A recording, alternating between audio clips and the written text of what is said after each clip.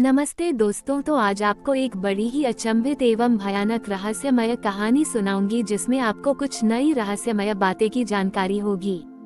तो कृपा करके अभी चैनल को सब्सक्राइब कर ले। यह मेरा दूसरा नया चैनल है ताकि और भी रहस्यमय कहानी सबसे पहले आप तक पहुंचे। धन्यवाद। तो सुनिए।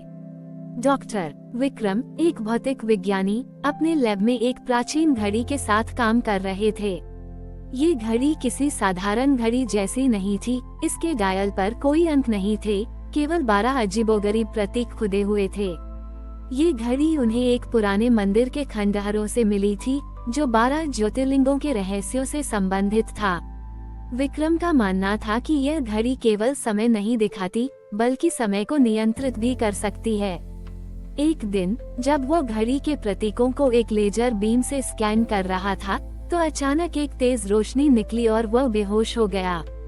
जब विक्रम की आंखें खुली तो उन्होंने खुद को एक अलग दुनिया में पाया। ये प्राचीन भारत था और वह सोमनाथ मंदिर के सामने खड़ा था, लेकिन यह मंदिर वैसा नहीं था जैसा आज है। यह एक चमकता हुआ सोने का महल था। तभी एक रहस्यमय आवाज गूंजी, तुम समय के पाताल में हो। इन 12 प्रतीकों को सुलझाओ या तुम हमेशा के लिए यह फंस जाओगे। विक्रम को एहसास हुआ कि वह घड़ी के 12 प्रतीकों में से हर एक को सुझाने के लिए एक ज्योतिर्लिंग तक पहुंचना होगा। पहला प्रतीक सोमनाथ से जुड़ा था और उसे मंदिर के अंदर एक प्राचीन पहेली मिली, जिस समय में तुम हो वह तुम्हारा समय नहीं है। अपने समय पर लौटो, लेकिन उससे पहले उस समय को जियो। विक्रम ने उस पहेली को सुझाने के लिए मंदिर के पुजारी से मदद ली और उसे पता चला कि वह उस समय में था जब सोमनाथ मंदिर पहली बार बना था। पहेली को सुझाने पर घड़ी का पहला प्रतीक चमक उठा और वह अगले पड़ाव पर पहुंच गया। अगला पड़ाव था मल्लिकार्जुन। वहां वह खुद को एक प्राचीन जंगल में पाया जहां उसे एक समय चक्र का सामना करना पड़ा। उसे उसी क्षण को बार बार जीना पड़ रहा था जब तक कि वह उस समय चक्र से बाहर निकलने का रास्ता नहीं ढूंढ लेता। इस तरह उसकी यात्रा जारी रही। हर ज्योतिर्लिंग पर उसे एक नई चुनौती का सामना करना पड़ा। महाकालेश्वर में उसे समय के बहाव को नियंत्रित करना पड़ा, जहां समय बहुत तेजी से या बहुत धीरे धीरे चल रहा था। ओंकारेश्वर में उसे एक समय दरवाजे से गुजरना पड़ा जो उसे विभिन्न युगों में ले जाता था। केदारनाथ में उसे समय के बर्फ से लड़ना पड़ा जो उसे और उसके आसपास की हर चीज को जमा रहा था। भीमा शंकर में उसे एक समय युद्ध का सामना करना पड़ा जहां वह 2 अलग अलग युगों के बीच फंस गया था। विश्वनाथ में उसे समय की नदी को पार करना पड़ा जहां हर बूंद एक युग का प्रतिनिधित्व करती थी। त्रयंबकेश्वर में उसे समय के भ्रम से लड़ना पड़ा जहां वह अपने अतीत, वर्तमान और भविष्य को एक साथ देख रहा था। कृष्णेश्वर में उसे समय के आईने का सामना करना पड़ा जहां उसने अपने पुराने और नए रूप को देखा। नागेश्वर में उसे समय के सर्प से बचना पड़ा जो उसे निगलने की कोशिश कर रहा था। रामेश्वरम में उसे समय के पुल को पार करना पड़ा जो उसे 2 युगों के बीच ले जाता था। वैद्यनाथ में उसे एक समय परीक्षा से गुजरना पड़ा जहां उसे यह साबित करना था कि वह इस शक्ति का उपयोग करने के योग्य है। जब विक्रम ने अंतिम प्रतीक को सुलझाया तो घड़ी का डायल पूरी तरह से चमक उठा। एक तेज रोशनी निकली और वह वापस अपने लैब में आ गया।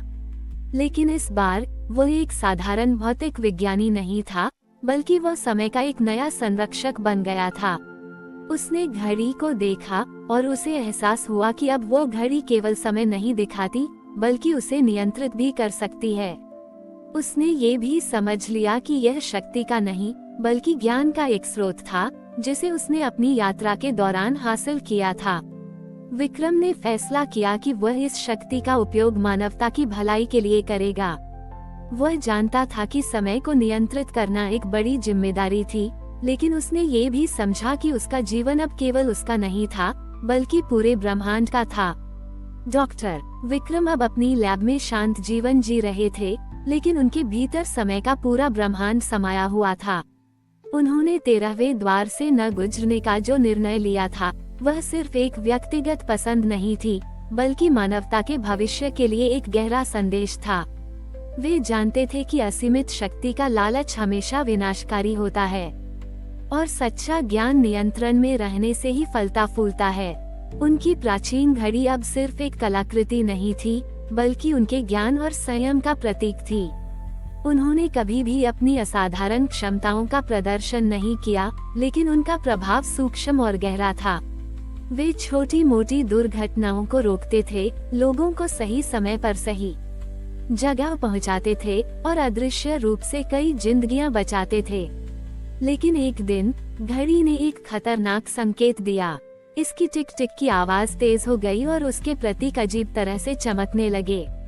विक्रम ने महसूस किया कि समय का प्रवाह असंतुलित हो रहा था। उसे पता चला कि भारत के पूर्वी तट पर एक भयंकर चक्रवात आने वाला है, जो इतिहास के सबसे विनाशकारी तूफानों में से एक होगा। विक्रम एक दुविधा में पड़ गए। क्या उन्हें इस प्राकृतिक आपदा को रोकना चाहिए? अगर वे ऐसा करते हैं, तो क्या इसके अनपेक्षित परिणाम होंगे? उन्होंने अपनी घड़ी का उपयोग किया और समय के प्रवाह को कुछ घंटों के लिए धीमा कर दिया।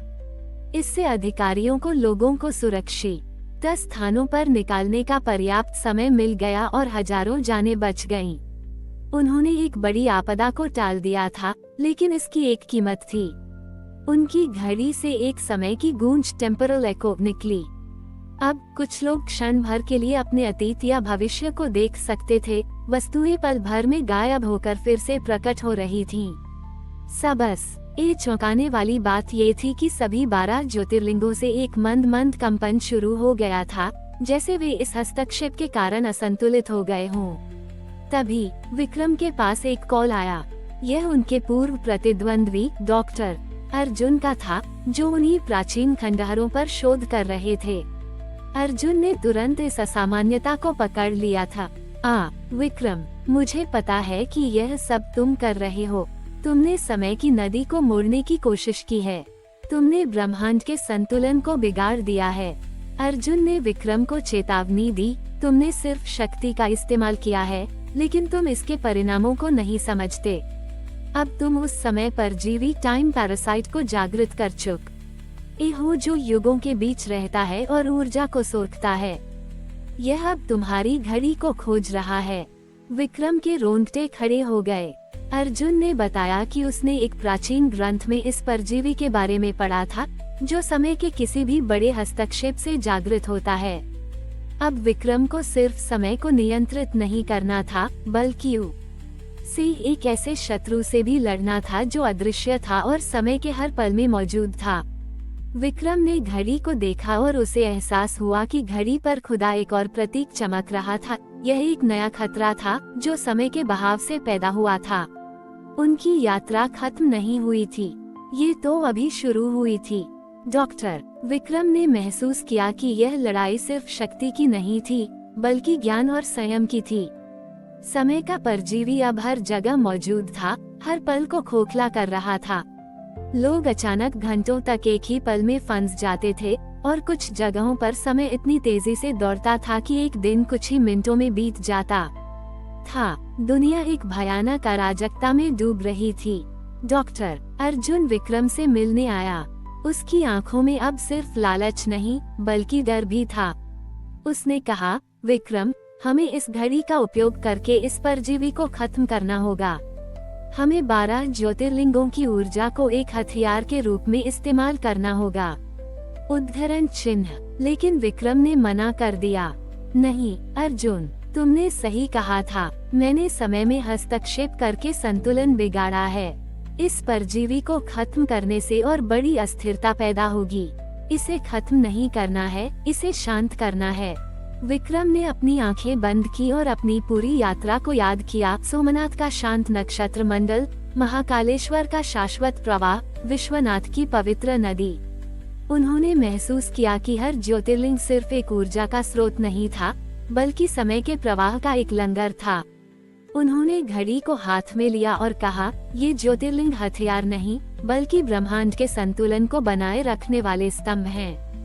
वो तुरंत उज्जैन के महाकालेश्वर ज्योतिर्लिंग की ओर चल पड़े। ये ज्योतिर्लिंग समय के देवता महाकाल को समर्पित था और विक्रम को लगा कि यही जगह इस संकट को सुझाने के लिए सबसे सही है। अर्जुन भी उनके पीछे पीछे आया, ये जानने के लिए कि विक्रम क्या करने वाला है। महाकालेश्वर मंदिर के गर्भगृह में पहुंचकर विक्रम ने घड़ी को ज्योतिर्लिंग के सामने रखा। घड़ी ने एक तेज कंपन करना शुरू कर दिया और उसके सारे 12 प्रतीक एक साथ चमकने लगे। विक्रम ने अपनी पूरी शक्ति को घड़ी में केंद्रित किया और उसे ज्योतिर्लिंग के साथ जोड़ने की कोशिश की। तुम क्या कर रहे हो? अर्जुन चिल्लाया। मैं समय को नियंत्रित नहीं कर रहा, विक्रम ने जवाब दिया। मैं उसे ठीक कर रहा हूँ। जैसे ही विक्रम ने अपनी सारी ऊर्जा घड़ी में डाल दी, एक शक्तिशाली ऊर्जा तरंग निकली। यह ऊर्जा एक धागे की तरह ज्योतिर्लिंग से निकलकर आकाश की ओर बढ़ी और दुनिया के बाकी 11 ज्योतिर्लिंगों से जुड़ गई। यह एक अदृश्य ऊर्जा सर्किट था जिसने समय के प्रवाह को फिर से स्थिर करना शुरू कर दिया।